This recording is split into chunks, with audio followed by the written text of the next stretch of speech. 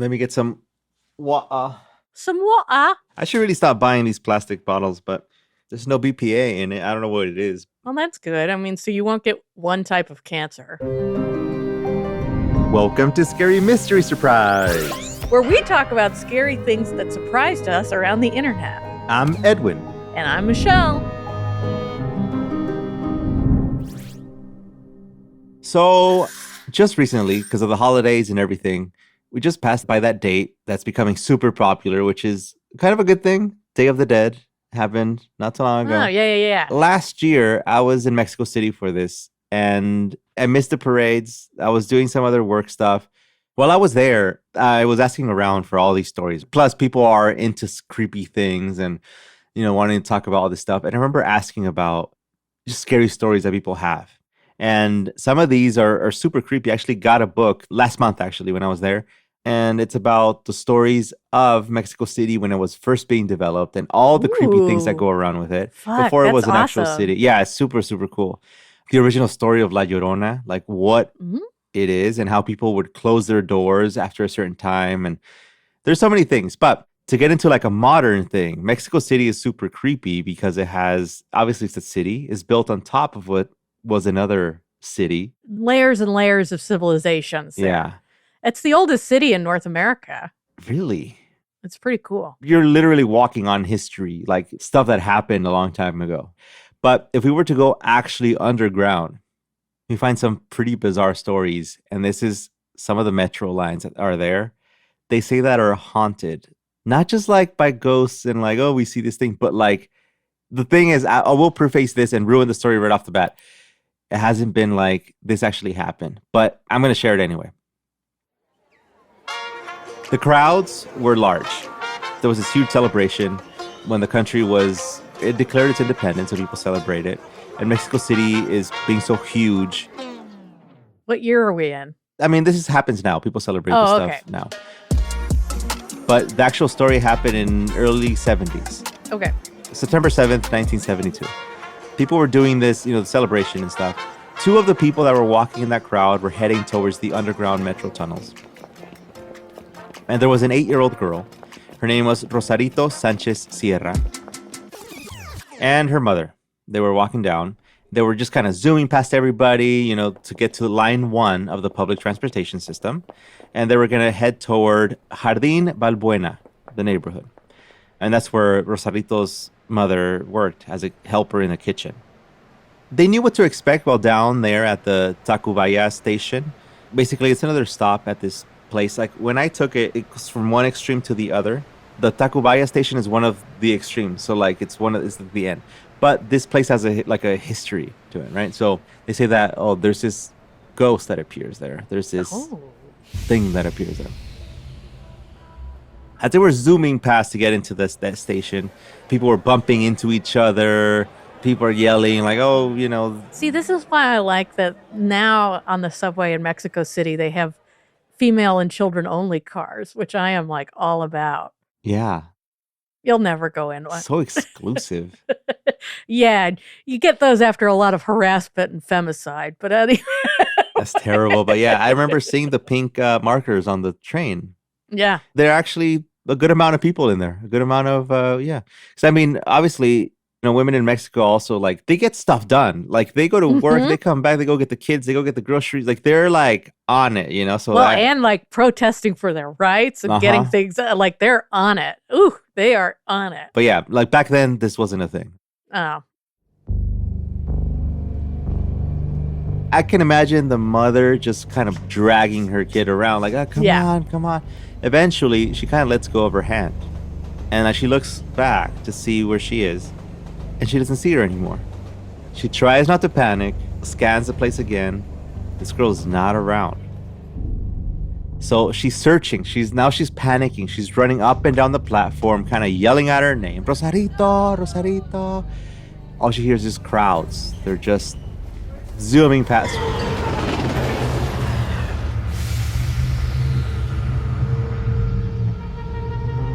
And she asks somebody, like she grabs a lady, she shakes her, it's like, hey, help me find her, please. This is what she looks like. Her name's Rosarito. It's like, I gotta go or whatever. She's by herself again, like kind of, I lost my kid. they didn't make it to the train, obviously, had already left. And only the people that were waiting for the next train were staring at this mad woman that was searching frantically for something. They didn't know what was wrong with her. She's just yelling out Rosarito, like, what is that? Sorry, I think there's a brand of beans. Here is Rosarito.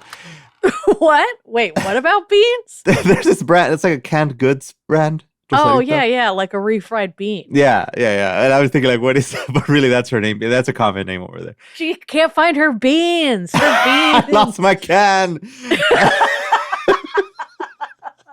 No, my can. Or maybe they think she's selling baked beans or something. Or refried beans. For sale. Oh, man. So finally, she's trying to get help, and people are trying to help. They tell her, just call the police to help you find her, like, whatever. So she makes a police report. It's terrible, right? No parent should ever have to do that for a missing child, but she does it. She was obviously devastated. Her friends, family, everybody was searching, and they were fearing that she had been kidnapped. But they were hoping still to be able to find her, just scared somewhere around there. And then one of the platforms around there just kind of crawl out again and be fine. Because she knew the way home. Like, little kids there are built that way. They can find their way home or ask around and do that. That's what she was hoping for, but there was no news, no updates, nothing. On September 7th, 1972, the newspaper called Capital, there was a report that grabbed the attention of the people that lived there. And in its official statement, I'm translating this from the original Spanish. It says, discovering what was behind the cases of mutilated bodies was difficult. We never imagined that it was about a little girl. At first, we all thought that they had been dogs, based on the type of injuries on 3 victims that were found during those 2 weeks filled with terror. If they wouldn't have brought along 3 witnesses that a little girl had killed a homeless man to later eat part of his guts and leg, we would have never believed the story. Wait, what? In a later publication of that same newspaper, there was more details in it. So this might answer questions that might be surfacing here. Again, translated from the original Spanish. The victim reported by the judicial police showed signs of mutilation and complete dismemberment of their left ankle, consistent with the young girl, Rosario Sanchez Sierra, that calmly explained what had happened.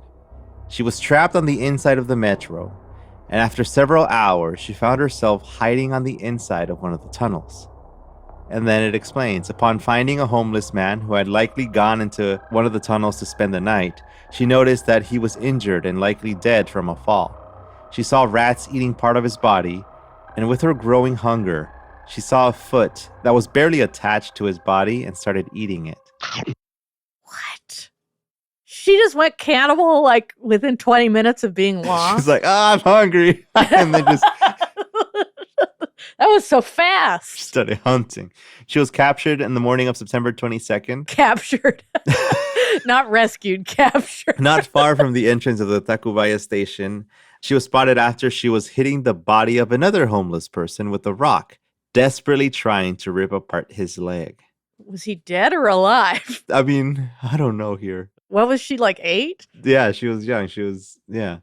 When she was captured, she was taken into jail, but ended up spending time in the Mexican Institute of Psychiatric Investigation, where she showed good behavior, although she was suspected at one point to have killed one of the nurses, but no proof was ever discovered. Something unleashed in those tunnels, man. Being in the dark, Maybe. How did she get so lost in the tunnels she had to become a cannibal? I mean, that's just... I guess it just starts at home, right? Like, did anybody check in on the parents here? Their parents are cannibals, so she learned the cannibal ways. Rosarito died in the hospital bed in 2010, and the case was completely forgotten by the citizens of Mexico City. Convenient. Now, this story was first published. It's called Insolente Revista. And despite the level of detail that goes into the story, nobody, like I got help trying to research this and try to find, in case this was real, we couldn't find verification that the story was real. There is a record, supposedly, something that was registered in the public records office. The number of the case, supposedly, is 07-20790. In case anybody out there listening is curious and some internet detective and you want to find out about it. But still, it could be an urban legend or not, still freaky. It's still pretty freaky. The idea of a little girl who's been lost in the subway tunnels for like 45 minutes deciding to eat a foot off a dead guy. Also, with all of our cannibalism experience, it's bad to eat people that have been dead a while. Like, you want to eat fresh. Subway. I'd rather eat a foot than Subway sandwich. I get it. Yeah. There's a lot more stories with underground stuff in Mexico City with the metro and everything. There was this YouTube channel called Plumas Atómicas. They interviewed this guy. His name was Ricardo Yerefer, who has a lot of family that has worked in the metro. And he tells this story. Now, this is not about the cannibal one, because there's we could go on for hours talking about stuff that goes down in the metro, including like stories of huge rats and God, that monster gave me kind of chills things down my body. This guy, though, it can be verified. He was there and was interviewed around 1985 on line 3, the one that goes Universidad to Indios Verdes on the station called Potrero. He was an engineer with the last name Platanov, and he was working doing routine maintenance. But he didn't tell other people that he was going to be going on the track, like stepping onto the track in order to do this. So a train was arriving. The engineer was unable to escape. He was run over. His body was just completely mutilated. And according to the story that this person was telling, the engineer was lost for several hours until they were able to find his remains and his ID. Oh, man. After his death, several new employees have spoken with him. I didn't mess up. This is not a typo. According to Ricardo, who was the guy that was interviewed, new employees who were just lost in their new jobs have encountered the engineer's entity as he gives them advice on what to do. Oh. Once he leaves and they're approached by other employees and get asked who they were talking to, they explain it. They're like, "Oh, I was talking to the engineer," making a description of who he was. And he was like, "Yeah, I was just asking for help. He's showing me what to do." He's like, "Oh."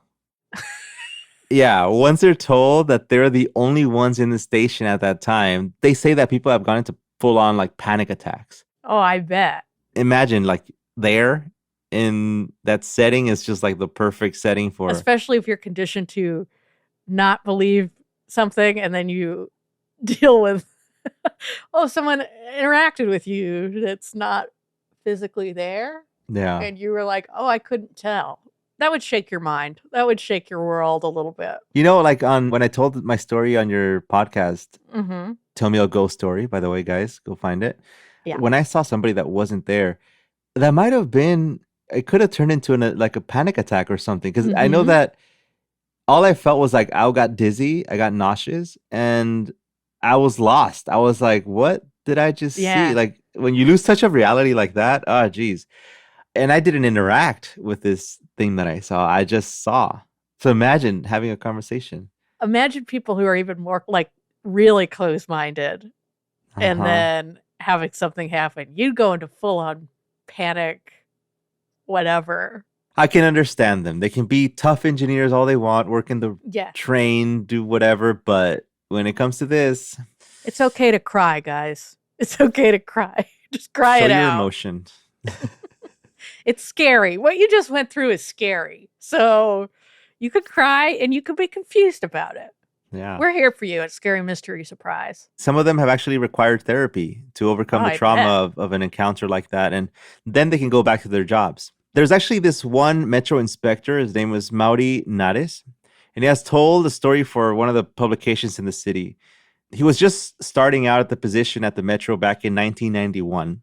And back then, people used to talk a lot about this engineer who had been killed in the train tracks, which, according to Mauri, it actually did happen, and he did work in line 3. Like, as in, obviously, we don't need more confirmation of it that it happened, but like, he's like, yeah, he did work in line 3. Like, it wasn't like he just worked in the metro, but he worked specifically on that line. So, but anyway, that day, He had been assigned to work at the Potrero station to wait for a train and take it in for repairs, which is when he disappeared. He was supposed to announce that he would be in the tracks, but the guy, he didn't, and he just disappeared. So that's what happened. They thought he was just gone, and then that's when they found his remains, and that's what Mauri said about it. But he said that it was then when the occurrences started, like all the weird things. Train conductors were calling in to report that they would see a person walking between the tracks. Oh, shit. Yeah, they would frantically call for the operators to cut off the power to help with the braking system. Because their brakes are not working. They're like, just cut off the power. Like, we need to stop because there's somebody on the tracks. So obviously that's a cause for concern, right? Like, because that's a problem. Yeah, that's a big problem. A new repairman had been hired by this time and once again was assigned to go to the Potrero station. And it didn't take long for him to encounter another man on the tracks. Upon seeing him, he realized that he was also wearing a uniform. So they started talking to each other. And then the stranger introduced himself as Platanov. And when he heard this, of course, the employee was already familiar with the story because this word spreads. Instead of being creeped out, he was like, that's messed up, man. Somebody died here. Like, he was actually kind of angry. He's like, don't joke like that, right? And then he abruptly said bye. And he started walking back to the maintenance area. This is the other guy, like the ghost guy. He was like, bye. Once he explained his encounter to his boss, the boss was like, where was he? That's impossible because no one else was supposed to be down there with you. So he wanted to figure out who it was. The way he described Platanov was spot on. And still, the boss needed to make sure, there's procedures here, right? So he needed to take necessary precautions and double check that there was no other person there, that in fact, nobody had been walking around there, but nobody was there. When the guy who saw Platanov there heard that the boss was like, yeah, in fact, there was nobody there. Nobody else is working there at this time. The guy passed out on the spot. And had to be hospitalized. Oh my God. I mean, I get it. Like, normally I would be like, you passed out, what? But I get it. I'm telling you, when I saw something, it was that. It was like, it's like this weird reality. It's odd. It's odd. Yeah. But yeah, they say that the sudden unexplained apparitions of the engineer calmed down after his death was honored with flowers along the station. Oh, that's nice. They did that. Yeah. Some people might still mention, oh yeah, I saw somebody there, but they're not as common and they're not as creepy. I can imagine seeing something down there in the middle of the night. Imagine that. They close at midnight, but let's just say 11:30. I mean, it's going to be dark down there no matter what. So It doesn't matter what time. So ugh. Imagine just you see. I don't want to see anything in the tunnel. I don't want to see a rat. I don't want to see a person. I don't want to see garbage. I don't want to see anything move in that tunnel. I want nothing happening in that tunnel except that subway going to and fro. You've taken the metro in LA, Michelle? Like yes, I have. Under like downtown area, like when you go deep, like 2 levels down. Yeah, I'm sure I have. I mean, I've been on the metro. You know that weird breeze you get before the train comes in the tunnel? Like one time I was there, it was me and like a couple of other people on the other side. Like there were not that many people there. And, because you can see just the darkness of like the little lights as they're fading into the tunnel. I remember thinking like, what if somebody just starts crawling out? I remember I freaked out so much. I hate to admit this, but I walked closer to the other people that were there because I was like, I don't want to be this close to the tunnel by myself. No way. Yeah, and then I started feeling that breeze, and I'm like, ugh. It was just chills all around.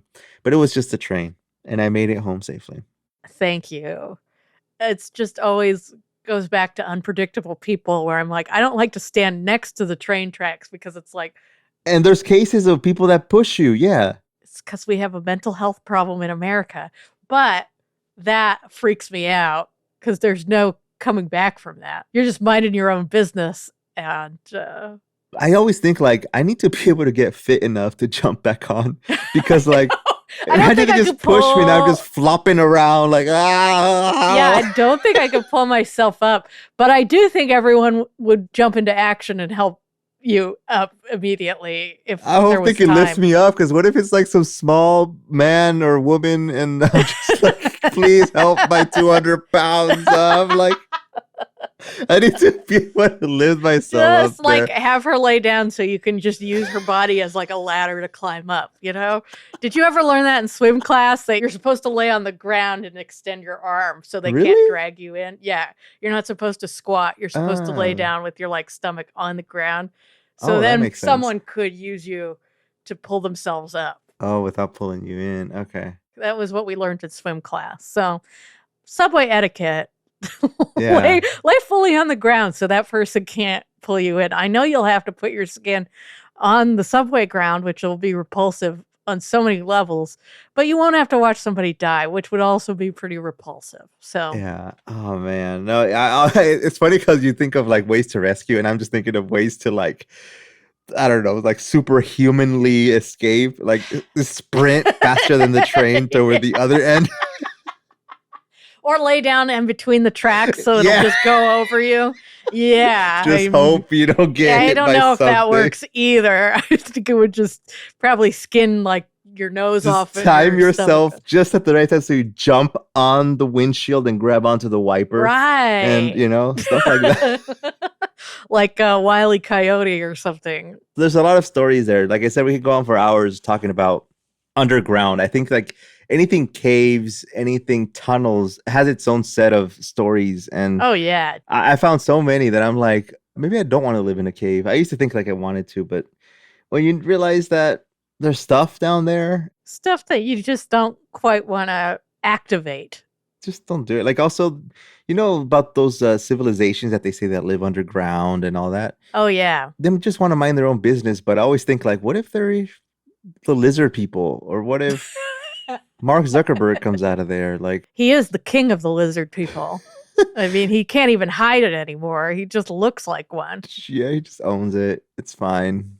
I wouldn't say it's a fashion forward statement of being a lizard person, but you know, he goes for it. I'm curious to know if anybody that's listening has any stories within their like hometown area, or they know of something like a haunted spot or something that has a history. Because I think we should dive in and look up stuff like that. Like, hey, we heard this story, and you don't want to share them because they sound too outrageous. Just share them because that's what I want. Like, I want those stories that are like, did it really happen? Let's find out. And plus, we just love hearing those stories anyway. Yeah, so send them in through Instagram. We're at Scary Mystery Surprise.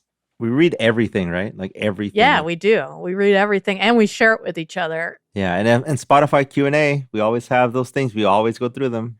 Oh, yeah, we love that too. We're waiting for them. Literally, like we're just like, we got a comment. Yeah, it's like, oh, a comment. Oh. What are we going to talk about next week, Michelle? I don't know, but it'll be a surprise. All right. Well, I'm leaving. All right, Michelle. Goodbye. All right, bye.